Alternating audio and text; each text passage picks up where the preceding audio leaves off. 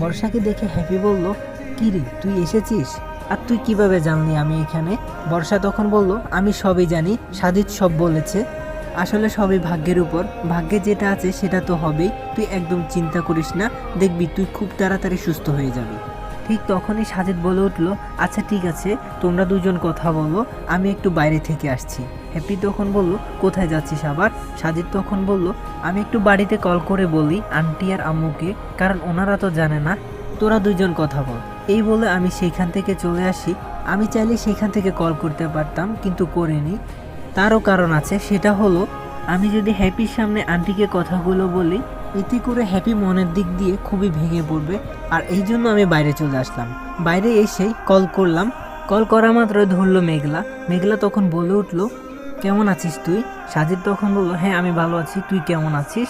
মেঘলা বলল, হ্যাঁ আমিও ভালো আছি। সাজিদ তখন বলল, আচ্ছা মা কোথায়, মাকে দে। মেঘলা তখন বলল, কেন কি হয়েছে আমাকেই বল। সাজিদ তখন বলল, আসলে হ্যাপির আজকে অপারেশনের ডেট, সেটা মাকে বলার জন্য আর আন্টিকে বলার জন্য। হ্যাপি তখন বলল, আচ্ছা ঠিক আছে, তুই ওইটা খালাকে বলিস, তার আগেই তুই আমাকে বল, আজকে এতদিন হয়েছে আমাকে একটা কল করেছিস?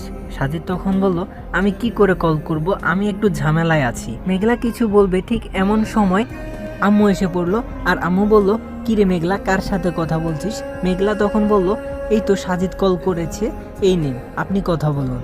তারপর মেঘলা আম্মুকে কল দিল, আর আমি আম্মুকে বললাম, আসসালামু আলাইকুম আম্মু, কেমন আছেন? আম্মু তখন বলল, হ্যাঁ আমি ভালো আছি। সাজিদ তখন বলল, আম্মু আমি কল করেছিলাম, আজকে হ্যাপির অপারেশন, আমি আগে বলার সুযোগ পাইনি, তাই বলতেও পারিনি। আম্মু তখন বলল, হ্যাঁ এটা তো খুব ভালো কথা, আমরা দোয়া করছি, কোনো চিন্তা করিস না। আচ্ছা আমি হ্যাপির আম্মুকে দিচ্ছি, তুই ওনার সাথে কথা বলে নি। তারপর আম্মু আন্টিকে কলটা দিল, আমি আন্টিকে সালাম দিয়ে বললাম, আন্টি আপনি একদমই চিন্তা করবেন না,